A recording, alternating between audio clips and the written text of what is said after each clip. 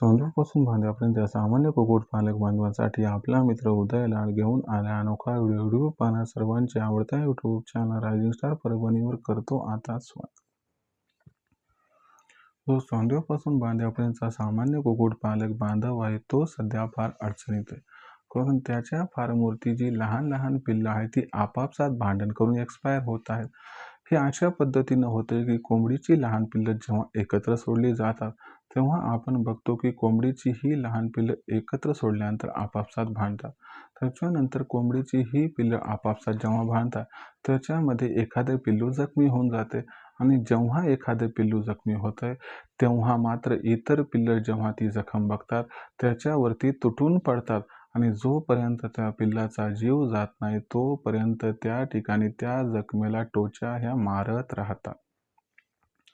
जर आपण बघितलं तर ही समस्या चांद्यापासून बांध्यापर्यंतच्या सर्व कुक्कुटपालक बांधवासमोर आहे आणि या समस्येमुळे 15 ते 20% पिल्लं ही एक्सपायर होतात. आता आपण जर बघितलं तर हा काही कोणता रोग नाही, म्हणून मेडिकल लाईनमधून कोणतंही औषध आणून दिलं तर याचा काही परिणाम होणार नाही. पण आपल्याला या समस्येतून जर 100% सुटका करून घ्यायची असेल तर ही समस्या कशामुळे निर्माण होते याच्याकडे लक्ष केंद्रित करावं लागेल. जर आपण सर्वांनी बघितलं तर पिल्लांच्या चोचीला जर आपण काम उपलब्ध करून दिलं तर 100% आपली पिल्लं आपापसात भांडण करणार नाहीत.